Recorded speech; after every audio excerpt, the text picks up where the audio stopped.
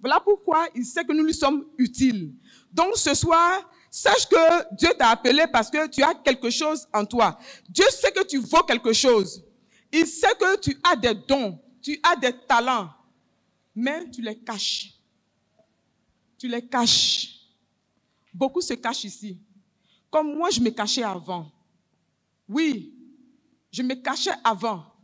Mais Dieu va pas me faire sortir en m'appelant. Ce soir, Dieu veut te faire sortir de ta cachette. Il veut te faire sortir de ta cachette. La Bible dit que parlant de David, comment David a été appelé. Chaque enfant de son père venait devant lui. Dieu dit non. David était où? Derrière les...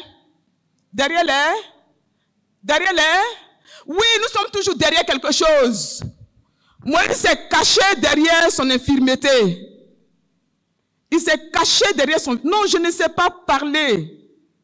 Oh Seigneur, qui suis-je? Rien que je suis. Ah, mais il y a maman Bilé qui est là. Il y a Ariel qui est là. Ah, le pasteur, c'est suffisant. Qui suis-je pour aller parler de toi? Qui suis-je pour faire telle chose pour toi, Seigneur? Je ne peux pas. Je suis incapable. Arrêtons de nous cacher derrière des excuses. Parce que tu vaux plus que ce que tu penses. Alléluia. Oui, tu vaux plus que ce que tu penses. Le Seigneur a mis de grandes choses en toi. Arrête de te cacher derrière tes faiblesses, derrière tes manquements, tes manques, je dirais, derrière les bagages. Hein? Toutes sortes de bagages qu'on va citer, comme David, il était derrière les troupeaux. Hein? On dit, mais il y a un autre fils. Oui, il est derrière les troupeaux. Non, arrêtons de nous cacher. Sœur, ce soir, Dieu voudrait que tu arrêtes de te cacher. Qu'est-ce qui est ton bagage? Quelles sont les excuses que tu avances toutefois que le Seigneur t'appelle? À la louange, au balayage, au nettoyage, à l'intercession, même aux réunions du soir. Il faut qu'on supplie. Non, c'est-à-dire que arrête de te cacher derrière tes bagages. Dieu veut te faire sortir ce soir. Parce que le Seigneur a besoin d'utiliser cela pour sa gloire. Et toi, tu étouffes. Tu empêches la gloire de Dieu de se manifester à travers ce qu'il t'a donné. Sœur, je vais te dire ce soir que c'est un péché. C'est un péché. Parce que Dieu veut promouvoir ce que tu as. Il veut utiliser cela pour quelqu'un. Mais tu empêches cela. Tu empêches. Après que Moïse ait polémiqué avec Dieu, il va céder. La confiance va venir en Moïse. Il va céder pour dire, Seigneur, si tu ne pars pas avec moi, moi je ne bougerai pas. C'est cette foi que je voudrais que tu manifestes ce soir. Oui, Seigneur, si tu ne pars pas avec moi, moi je ne bougerai pas. Mais je voudrais te dire que Dieu t'a déjà devancé. Avant même qu'il te dise, pars, lui il est déjà devant toi. Amen. Parce que Dieu ne nous abandonnons jamais. Donc lorsqu'il va te dire, pars, c'est qu'il est déjà positionné devant toi. Et donc, Moïse va dire à Dieu, tant que tu ne me dévances pas, tu ne pars pas avec moi, je ne bougerai pas. Dieu va lui dire, d'accord, l'alliance est scellée, je serai avec toi. Pars. Et donc, Moïse va aller glorifier Dieu. Mais avec quoi? Avec un bâton. Il dit, qu'est-ce que tu as dans la main? Il dit, je n'ai qu'une verge, un bâton, un bois. Waouh! Alléluia! Un bois pour rentrer en Égypte avec ses forteresses. Un bois pour aller faire sortir une multitude d'Israélites. Waouh! Un bois. Mais Moïse a eu confiance lorsque Dieu lui a dit, je suis avec toi. Va, le je suis est avec toi. Sœur, ne crains plus, ne recule plus devant quoi que ce soit, devant l'appel de Dieu, devant l'œuvre de Dieu, ne recule plus. Parce que c'est le Seigneur qui va te rendre habile dans ce que tu vas faire. Il va fortifier tes mains. Si tu dois faire le ménage, le Seigneur est avec toi. Il va rendre tes mains habiles. Si tu dois prier pour quelqu'un, le Seigneur va te donner l'onction de la prière. Si tu dois évangéliser, il va te donner l'onction pour évangéliser. Quoi que tu feras, Dieu te donnera l'onction parce qu'il est avec toi. Alléluia. Alors crois que Jésus est avec toi. Parce que le problème du chrétien que nous sommes, c'est que nous croyons lorsque tout va bien. Mais lorsque tout va mal, nous oublions que Jésus est avec nous. Ou alors, lorsque Dieu nous appelle pour son œuvre, puisque la chair refuse, alors nous oublions que Jésus est avec nous. Parce que nous croyons que c'est de nous-mêmes que nous faisons ce que nous faisons. Non, ce n'est pas nous. Ce n'est pas nous qui faisons l'œuvre de Dieu. C'est Dieu qui fait son œuvre. Nous sommes le bâton de Moïse. Alléluia. Nous sommes le bâton. Nous sommes le canal. Nous sommes l'instrument. Alléluia. Et donc Dieu voudrait que tu sois le bâton dans sa main. Sœur, ce n'est pas par ta force. Ce n'est pas de toi-même, ni ta connaissance. Frère, quel que soit ce que tu connais, mais tu ne peux rien faire sans Dieu. Et lui te dit qu'il est avec toi. Appuie-toi comme Moïse l'a fait sur lui. Et ainsi, Moïse va aller délivrer le peuple de Dieu. Et nous connaissons l'histoire. Comment est-ce que Dieu va frapper Israël de tous ses fléaux, des 10 plaies. Nous connaissons l'histoire. Je ne vais pas rentrer dans les détails ce soir. Le temps est court. Et le peuple va sortir. Avec quoi? Toujours le bâton. Dieu va lui dire, lorsque tu vas arriver devant Pharaon, jette. Parce que Moïse voulait lui-même d'abord voir ce Dieu en action. Il l'a déjà vu, mais il a oublié que c'était Dieu. Alors, pour être convaincu davantage, il va dire à Dieu, en griffe, moi je vais te voir. Dieu a dit, d'accord, quand tu vas arriver là, d'abord devant moi, jette ton bâton. Et la Bible dit que le bois là va se transformer en serpent. Et Dieu va lui dire, saisis-le par la queue. Le saisit et le bois va redevenir, le serpent va redevenir un bois. Donc il a été convaincu de la présence de Dieu. Sœur, qu'est-ce que Dieu n'a pas fait pour toi? Qu'est-ce que Dieu n'a pas fait pour toi? De sorte que tu n'es pas encore convaincu que Dieu est avec toi. Et tu as encore peur. Lorsqu'on te dit, élève la voix et prie.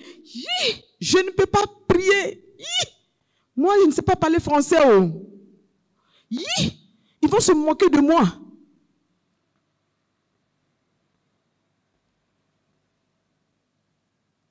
Que Dieu nous aide. Que Dieu nous aide. Qu'est-ce que Jésus n'a pas fait pour toi?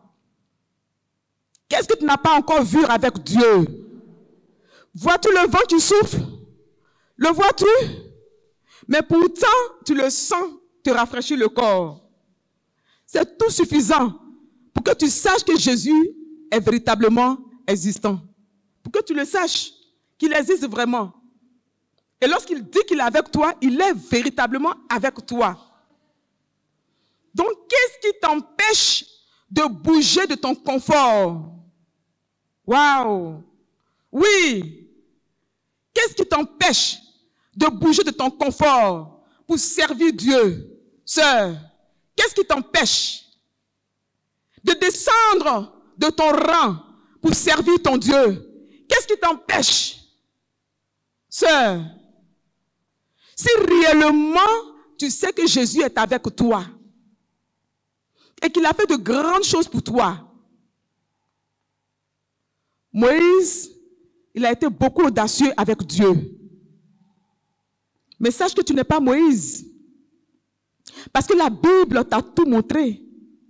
Aujourd'hui encore, le Saint-Esprit agit en toi. Il agit à travers d'autres personnes que tu vois. Alors qu'attends-tu pour croire que tu es capable d'agir, de travailler pour Dieu avec son aide? Qu'attends-tu? C'est toujours les autres. C'est toujours les autres. Venons, on va balayer. 2 femmes. Venons, on va prier. 2 femmes. Venons, on va faire chorale. 2 femmes. Venons, on va aller évangéliser. 2 femmes. Toujours les mêmes personnes.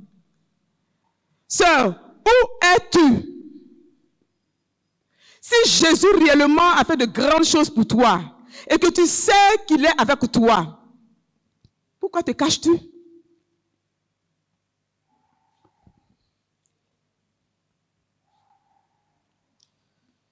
Je voudrais t'encourager à quitter ce confort-là, à quitter ta position. Parce que Dieu n'a que faire avec nos positions, nos conforts. Non. C'est lui qui nous a mis dans ce confort. C'est lui qui nous a mis dans cette position d'élévation. Et aujourd'hui, nous refusions de servir le maître. Celui-là même qui t'a positionné. Waouh! Sois repositionné ce soir au nom de Jésus. Sois repositionné ce soir au nom de Jésus en Christ. Amen. Sois repositionné en Christ. C'est mon message du dimanche.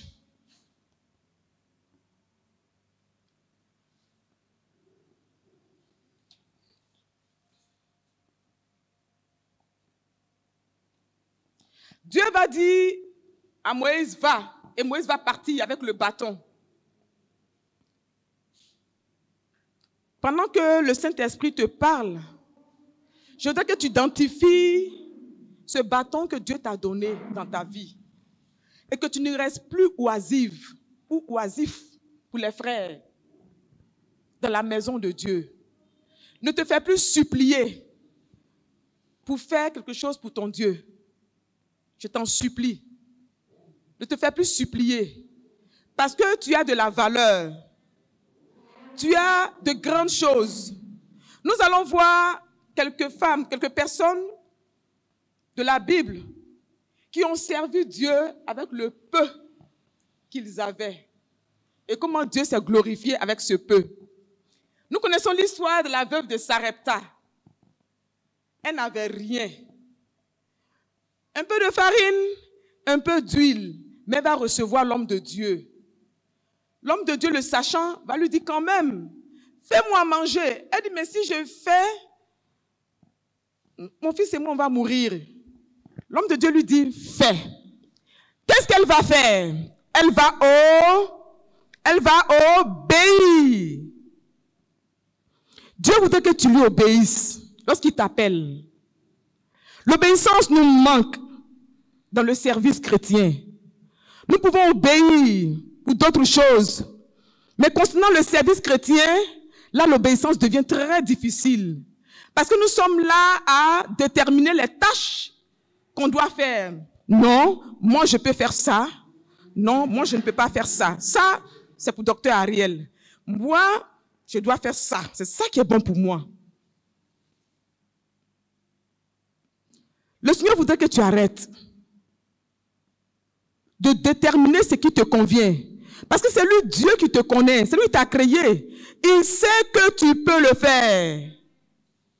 Ce n'est pas une autre personne, mais c'est toi. Et il va te dire, Marielle, je voudrais que tu ailles faire ceci. C'est parce que Dieu sait que tu peux le faire. Alors, arrête de dire non, c'est l'autre qui est capable de le faire, non pas moi. La veuve a obéi. Et l'obéissance de cette veuve va manifester la gloire de Dieu dans sa maison. Alléluia. Alléluia. Et donc, pour dire que lorsque nous utilisons le peu que nous avions, nous bénéficions de la gloire de Dieu. Amen. Nous allons voir l'histoire de David. Cette histoire qui est racontée depuis notre enfance. Comment il a combattu Goliath. Comment il a délivré le peuple de Dieu de la main d'une seule personne. Un petit enfant, David, qui va aller combattre un géant, bien armé. Avec quoi? Avec la foi en Dieu, premièrement. S'il n'avait pas eu cette foi, il n'allait pas pouvoir utiliser cette fronde et ce caillou. Non. Mais c'est parce qu'il a eu foi en disant que moi, je vais te combattre au nom de qui? De l'Éternel des armées. Il a eu foi, sœur. Sur quoi est basée ta foi lorsque Dieu t'appelle à le servir? ou sur qui? Sur Dieu ou bien sur toi-même, tes forces personnelles, au point de refuser, ou alors au point de faire l'œuvre de Dieu avec ta chair? Sur quoi est basée ta foi? David a placé sa foi en Dieu. Et il a pu se servir de cette faune et des 5 cailloux. Et Dieu s'est manifesté. Je voudrais t'encourager à placer ta foi en Jésus seul. Et non pas en toi. Et non pas en quelqu'un d'autre. Oui, toujours c'est pour toi qu'on va prier. Toujours c'est pour toi qu'on va prier. Toi, tu n'oses pas prier pour toi-même. Parce que tu manques de foi. Tu ne penses pas que Dieu puisse t'écouter. Pour toi, non. Si le groupe de prière ou le pasteur et son épouse ne prient pas pour moi, Dieu ne peut pas m'entendre moi. Je ne serai pas guéri.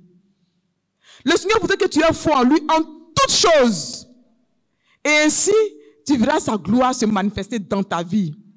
Alors David va tuer Goliath et délivrer le peuple d'Israël de la main des Philistins par sa foi et par de simples instruments, lance-pierre, avec de petits cailloux.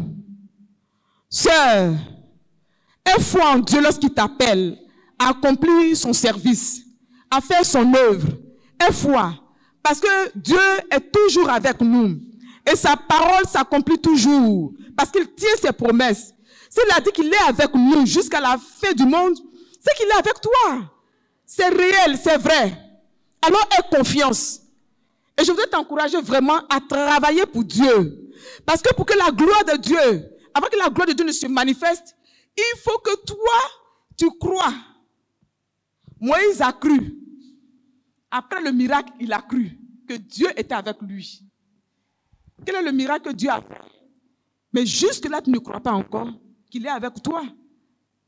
N'a-t-il pas fait de miracle pour toi? Mais tu ne crois pas, tu ne bouges pas, tu es là, tu attends toujours qu'on fasse pour toi. Tu attends toujours que ce soit les autres qui fassent. Et pourtant, les autres sont en train de ramasser, n'est-ce pas, leur bénédiction. Parce que le bâton de Moïse a été une bénédiction pour sa vie. Ah oui, lisons l'histoire de Moïse. Comment Dieu a béni Moïse après la gloire de Dieu qui s'est manifestée pour la délivrance de son peuple. Mais ça a été aussi une bénédiction pour le peuple de Dieu. Sœur, Dieu t'appelle à être une bénédiction pour ton frère, pour ta sœur, mais tu te rétractes. Par ton hésitation, tu te rétractes. Par ta peur, tu rends visite. Mais parce que tu as été choqué, tu ne sors plus. Non, parce que j'ai été choqué, je ne vais plus. Sur quoi t'appuies-tu, sœur, au moment où tu rendais la visite? Qui était ta force, ou bien le fondement de cette force en toi pour rendre visite? Je pense que c'est Jésus. Et je crois qu'il n'a pas encore changé, il est toujours le même. Alors reprends les visites que tu rendais aux frères et sœurs. Reprends. Parce que tu as une source de bénédiction pour ton frère, pour ta sœur dans les visites. Ce que tu vas dire dans tes visites édifie ton prochain. Mais tu t'es rétracté. À quel niveau te situes-tu dans ton relâchement par rapport à l'œuvre de Dieu? Et pourtant, tu as des valeurs en toi. Tu as du potentiel en toi. Parce que Dieu t'a choisi. Il t'a appelé, il t'a qualifié, il a déposé quelque chose de grand en toi. Mais tu refuses de l'utiliser. Tu l'étouffes. C'est pour toi seul. Tu en profites. Et malheureusement, tu ne jouis pas du fruit de ce profit. Parce que c'est pas cela que Dieu t'a appelé. Dieu t'a appelé à partager ce fruit. Et ainsi, tu pourras jouir du profit de la bénédiction de l'autre aussi. Alléluia. Alléluia. Que le Seigneur nous aide. Dans la question posée à Moïse, qu'y a-t-il dans ta main? Moïse répondit, une verge. Dans cette question ressort 3 vérités. Premièrement, la faiblesse de Moïse. Donc, je l'ai déjà dit, cette faiblesse, il faut que nous sortions de nos manques, de nos faiblesses, de nos limites, de nos pensées qui sont parfois, voilà, pas la gloire de Dieu et qui nous empêchent de nous propulser à l'avant, qui nous empêchent d'aller prendre ce que le Seigneur a déposé pour nous comme bénédiction. Moïse a fait face à cette faiblesse, mais il s'en est sorti rapidement. Alors sors, ma sœur, de tes faiblesses, sors de tes questionnements, sors de tes peurs et lève les regards vers Jésus et vas-y. Amen. Deuxième vérité, c'est le bâton. Le bâton qui symbolisait la puissance de Dieu dans la main de Moïse. Waouh! Alléluia!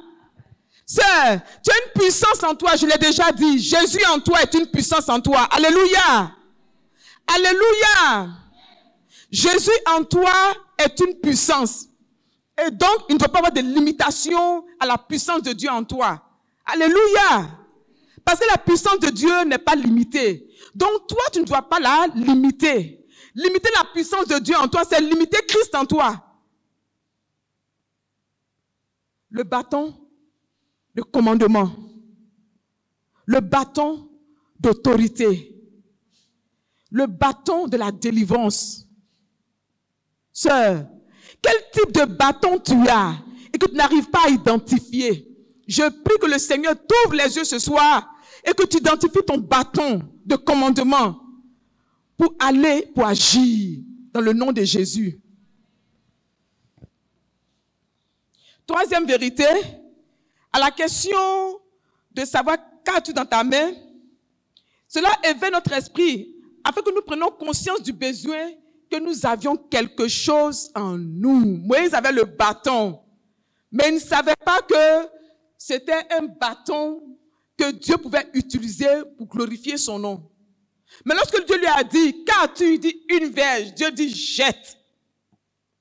Et après le miracle, il a compris que ce n'était pas un simple bâton. Sœur, jette ton bâton au pied de Jésus ce soir. S'il te plaît, jette-le. Jette le bâton que Dieu a mis en toi. Jette et tu verras que c'est un bâton de valeur. Alléluia. C'est un bâton utile. Alléluia. C'est un bâton puissant pour la gloire de Dieu, mais pour ta bénédiction. Moïse ne le savait pas. Il a fallu ça, ce miracle, pour qu'il y ait une prise de conscience. Tu as plus qu'un bâton en toi. Je dis, tu as plus qu'un bâton en toi. Et je le répète, tu as plus qu'un bâton en toi. Oui, tu as plus qu'un bâton en toi. Mais tu as peur de jeter ce bâton pour que le Seigneur accomplisse le miracle. Alors à l'instant même, s'il te plaît, alors que nous allons prier tout à l'heure, jette ton bâton dans la foi. Jette ton bâton au pied de Jésus par la foi. Et tu verras que ce bâton sera un instrument puissamment utilisé entre tes mains par Dieu. Amen. Amen. Jusque-là, ce qui a fait blocage à ce bâton, à l'utilisation de ce bâton, alors ce soir, lève-toi dans la foi en Dieu et jette ce bâton devant Jésus. Et le Seigneur va utiliser ce bâton. Alléluia. Alléluia.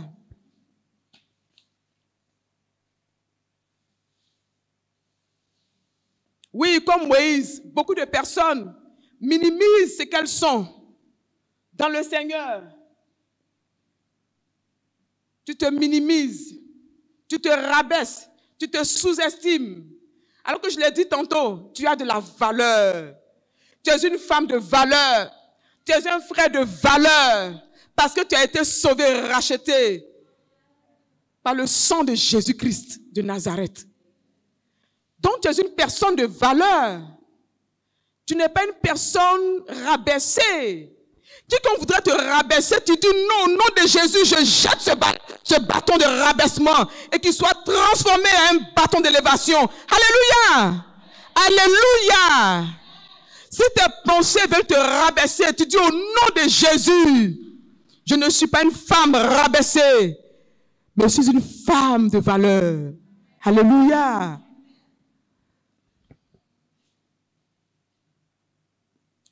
De la manière dont le bâton de Moïse est devenu une bénédiction pour sa vie, pour le peuple d'Israël et son ministère, ainsi tu as dans la main un instrument,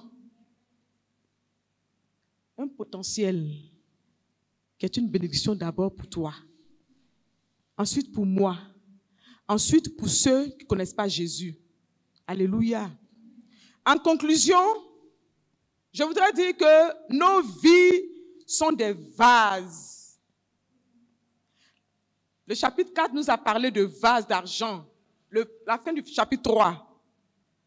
Le peuple disait à Dieu, Dieu disait à son peuple, que vous n'allez pas partir vite. Vous allez dépouiller les Égyptiens.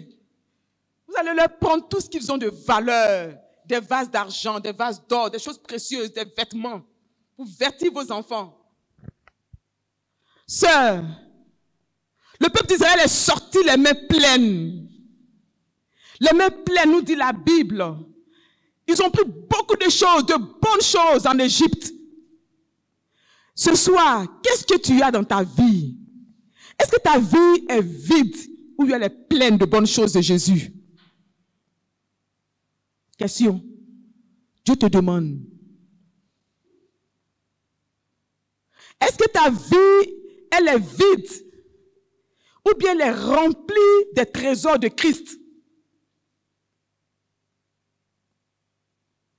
Parce que le peuple d'Israël a bénéficié de la richesse de son travail. Quelle est ta bénédiction? La bénédiction de ton travail, jusque-là. Depuis que tu es converti, depuis que tu suis Jésus, quelle est la bénédiction que tu reçois de ta vie? Ta vie est-elle pleine ou elle est vide?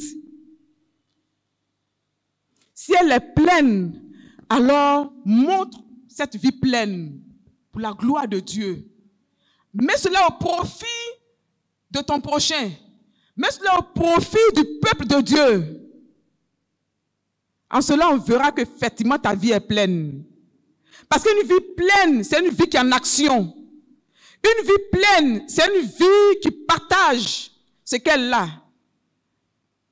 Ta vie est pleine ou elle est vide? Parce que tu ne bouges pas. Tu es assise. Non. Le peuple d'Israël est sorti. Ils étaient en action, mais avec quoi? Avec des vies pleines, des mains pleines de trésors. Qu'est-ce que tu as dans ta main? Qu'est-ce que tu as dans ta vie? Ta vie est pleine de trésors spirituels ou alors elle est vide? Dieu voudrait que tu amasses ce soir dans ta vie des trésors pour la gloire de lui, Dieu. Amen.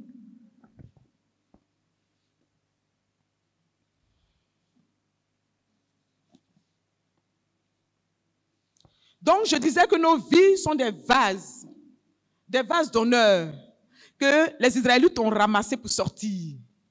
Des vases d'honneur. Comme dans une maison, nous avons des pots de fleurs parfois. Non seulement on fait les bons choix de pots de fleurs, de jolis pots, mais nous allons mettre les belles fleurs à l'intérieur. Ces fleurs-là, moi je les ai appelées dons.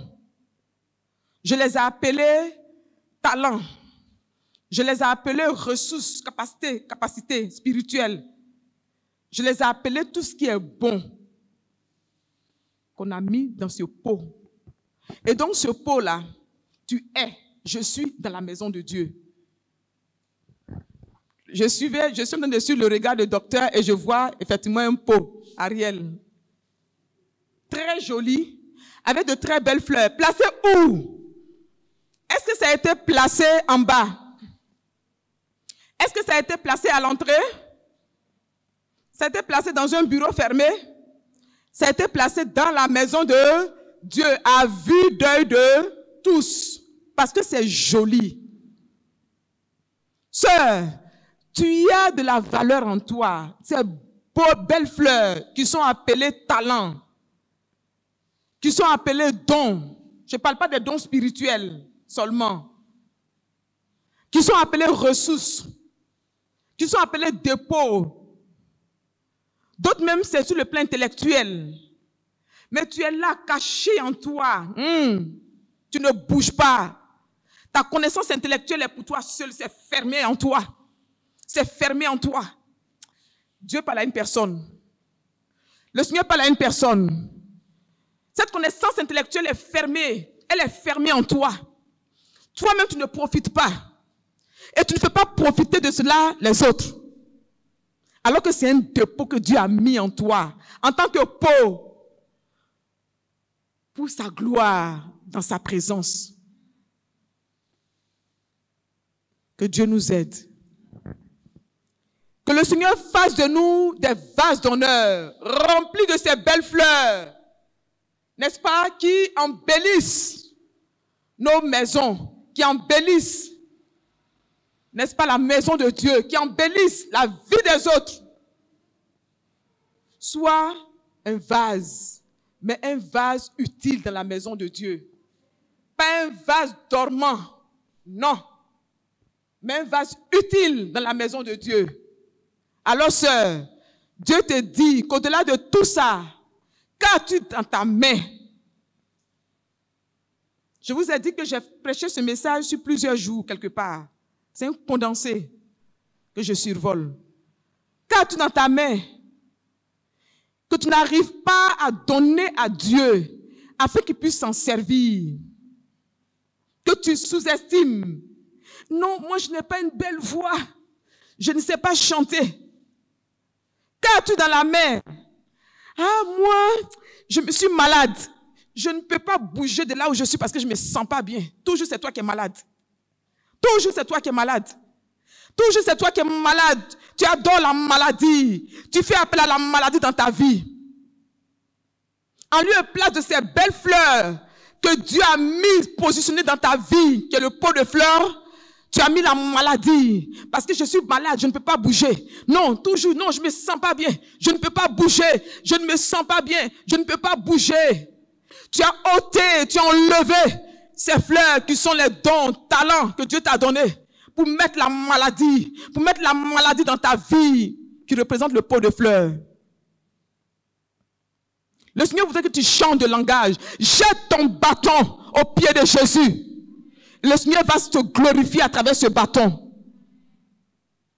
Ce qui t'empêche de te lever, ce qui t'empêche d'avancer, ce qui t'empêche de travailler pour le Seigneur, fais tomber cela. Quitte derrière les bagages d'excuses. Quitte. Parce que sache une chose, ce n'est pas toi qui fais l'œuvre, mais c'est Jésus qui est avec nous qui fait son œuvre. Que Dieu nous bénisse.